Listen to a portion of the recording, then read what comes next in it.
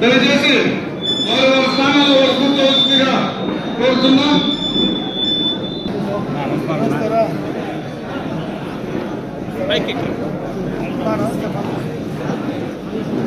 దయచేసి అందరూ నేనైతే ఒకటే మీకు చెప్పదలుచుకున్నా, ఇది సందర్భం కాదేమో, చెప్పాలని అవసరం లేదు నాకు తెలియదు, కానీ మీరు పడిన కష్టానికి, మీరు జరిగిన నష్టానికి ఖచ్చితంగా ఫలితము ఎవరి వల్ల అయితే మనకు నష్టం జరిగిందో, కష్టం జరిగిందో అది తిరిగి అయితే ఇవ్వాల్సిందే తప్పదు. మీకు జరిగినటువంటి నష్టాన్ని పూరించే బాధ్యత అయితే 100% నేను తీసుకుంటానని తెలియజేస్తున్నాను. ఈరోజు మాట్లాడే సందర్భం కాదు. ఇక్కడ మన నియోజకవర్గంలో ఎన్నికల ఫలితాలకు సంబంధించి గతంలో కొంత బైరెడ్డిపల్లిలో మనం వెనకబడిన మాట వాస్తవమే. అయితే ఎన్నికలకు ముందు రోజు, ఎన్నికలు ఇంకా 3-4 రోజులు ఉండే విధంగా అన్ని మండలాల కంటే మీరు ముందు పోయిన మాట కూడా వాస్తవం.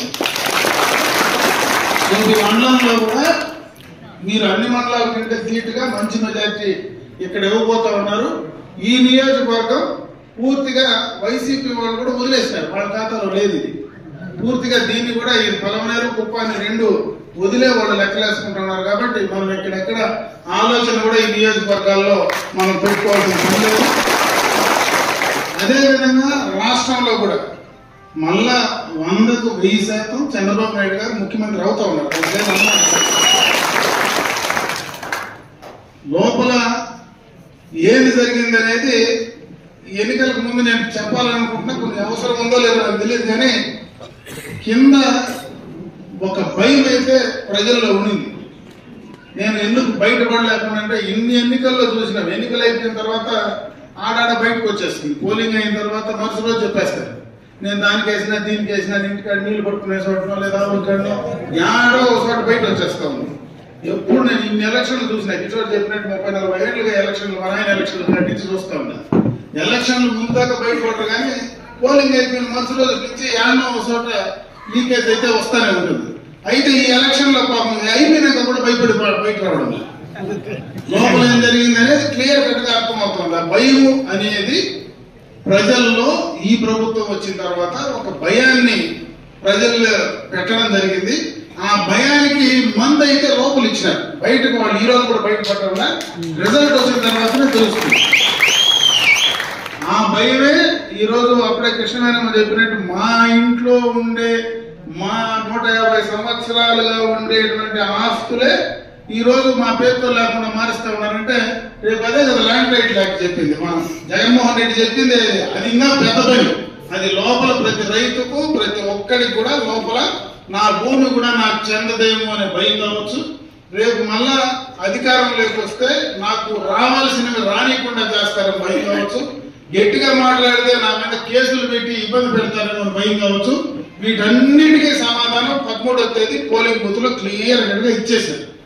రేపు 4వ తేదీ రిజల్ట్ క్లియర్ గా వస్తుంది. అదే వాస్తవం అయితే ఈ రాష్ట్రంలో ఒక సునామీ వస్తుంది. మామూలుగా ఈరోజు మనం చేసేది కాదు, పుంగునూరు కూడా ఎత్తిపోయేది కాదు. అది కూడా ఎత్తిపోయే పరిస్థితి క్లియర్ కట్ గా ఉంది. ఎందుకంటే అక్కడ కూడా అదే రకమైనటువంటి భయం ఉంది. అక్కడ కూడా ఆడ క్యాండిడేట్ నువ్వా నేనా కాదు, ఏమి కొట్టాలా అంటే ఆ ఊర్లో ఎవడైతే దౌర్జన్యం చేస్తా ఉన్నాడో, ఎవడైతే మన భూములు పెరుకుంటా ఉన్నాడో, ఎవడైతే మన మీద కేసులు పెడతా ఉన్నాడో వాడిని కొట్టాలంటే ఆడ తలకాయ కొడితే ఈడు గమ్మున ఉంటాడు అనేది ఒక కోణం అంతే. కాబట్టి దానికి సమాధానమే ఆడ చెప్తా ఉన్నారు, దానికి లింకే మన బైరెడ్డిపల్లిలో కూడా ఉండేది.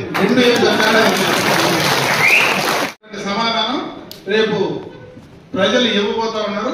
కాబట్టి మీరు ప్రశాంతంగా ఈ 4 రోజులు, ఎందుకంటే మనం ఎన్నికలు అయిపోయిన తర్వాతనే ఆ 2-3 రోజుల్లో నేను వద్దాం అనుకున్నా. ఆ 2-3 రోజుల్లో మీరు ప్రశాంతంగా ఉంటారు. మిమ్మల్ని ఎందుకు ఇబ్బంది పెట్టేదంటే నన్ను పెద్ద ఆయన హైదరాబాద్కి రమ్మంటే నేను 2 రోజులు ఆడికి పోవాల్సి వచ్చింది. 2 రోజులకు ముందే ఆయన కూడా అమెరికాకి ఆయన భార్య బిడ్డలంతా వెళ్ళిపోయి నేను వచ్చినా ఒకసారి మీ అందరితో మాట్లాడి ఆ ఎన్నికల్లో కూడా నా మీద 307 కేసులు పెడితే దేశమంతా గుడి తిరిగినాను. కాబట్టి ఒక గుడి నిలిచిపోయింది ఆ రోజు నేను పోయేదానికి. ఆ రోజు అవకాశం లేకుండా పోయా. కాబట్టి అది కూడా తిరిగేసి వచ్చేయాలని నేను పోతా ఉన్నా. గౌతికి ఆ గుడి కూడా పూర్తి చేసేస్తే నాకు అన్ని ఎవరికైతే ఎవరినైతే మొక్కాలనుకున్నానో ఆడపై మొక్కేసి వచ్చేస్తే ఒక పని అయిపోతుందని అది కూడా కంప్లీట్ చేసుకొని వచ్చే ముందు ఇంత మాట్లాడుకోవాలనే ఉద్దేశంతోనే ఈరోజు ఇక్కడికి రావడం జరిగింది. ఈరోజు మీరందరూ కూడా ఈరోజు ఇంతమంది ఇంత కమిట్మెంట్ తో పనిచేసినారంటే నిజంగా కూడా ఇది చాలా గొప్ప విషయం. ఎన్ని ఎలక్షన్లలో కూడా ఈ రకమైనటువంటి పరిస్థితి గత ఎన్నికల్లో లేదు. అది బైరెడ్డిపల్లె, పలమనేర లేదంటే చిత్తూరు అనేది కాదు, రాష్ట్రం మొత్తం కూడా ఇదే పరిస్థితి ఉందని నేను అనుకుంటా ఉన్నా. ఒక మనకే కాదు, మనకు కొంచెం ఎక్కువ ఉండొచ్చు, మనకు కొంచెం ఎక్కువ దానిపైన ప్రేమ ఉండొచ్చు, కానీ రాష్ట్ర వ్యాప్తంగా కూడా ఇదే రకమైనటువంటి పరిస్థితి కింద ప్రజల్లో ఉందనడానికి మన ఊరే మనకు నిదర్శనం. కాబట్టి ఎవ్వరు భయపడాల్సిన పనిలే. జమ్మని పోయి హాయిగా పనుకొని నిద్రపోండా. 4వ తేదీ సాయంత్రానికి క్లియర్ గా రిజల్ట్స్ వస్తాయి. 5లో నుంచి మనం ఏం చేయాలా, దీనికి 7 మందులు వేయాలా, ఏ రోగం ఉండదో అన్ని రోగాలు గుర్తించుకోవడం. కాబట్టి అన్ని రోగాలకి కరెక్ట్ గా మందు అయితే వేసేది ఖాయం అని చెప్పి సందర్భంగా మీ అందరికీ తెలియజేసుకుంటూ మరొక్కసారి జనసేన, తెలుగుదేశం పార్టీ, భారతీయ జనతా పార్టీ, ముఖ్యంగా యువకులు బెంగళూరు నుంచి వచ్చిన వాళ్ళు, ఏడు కాదు ఎన్నో బెంగళూరులో ఉండేవాళ్ళు కూడా ఎలక్షన్లకు ముందు వచ్చి కూర్చొని వాడి ఓటు వాడు వేసేసి మళ్ళీ పోయినాడు. రాత్రి 3 గంటలకు 5 గంటలకు కూడా కాసుకొని కూడా ఓట్లు వేసిన సందర్భాలు ఉన్నాయి. ఈరోజు మనకు యశ్వంతపల్లిలో తెల్లారుజామున 5 కూడా ఓట్లు వేస్తూనే ఉన్నారు. కాబట్టి ఆ కమిట్మెంట్ చేసినటువంటి మీ అందరికీ కూడా మరొక్కసారి మనస్ఫూర్తిగా నా తరఫున కృతజ్ఞతలు తెలియజేసుకుంటూ సెలవు తీసుకుంటున్నాను.